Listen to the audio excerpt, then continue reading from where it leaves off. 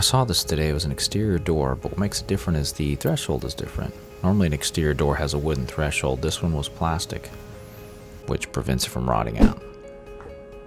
What's important about the threshold is the adjustments. Getting the adjustment correct keeps the weather, temperature, and moisture out. Some thresholds are adjustable by screws. Simply turning the screws clockwise or counterclockwise adjusts the gap.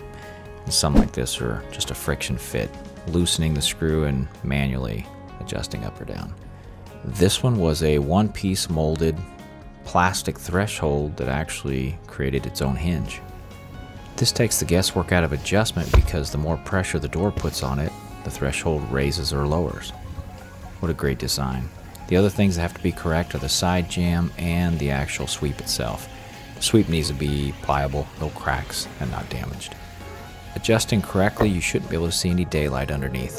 What a great design, and if you decide to upgrade your exterior door, I hope you go with this one. Want to know what else I saw today?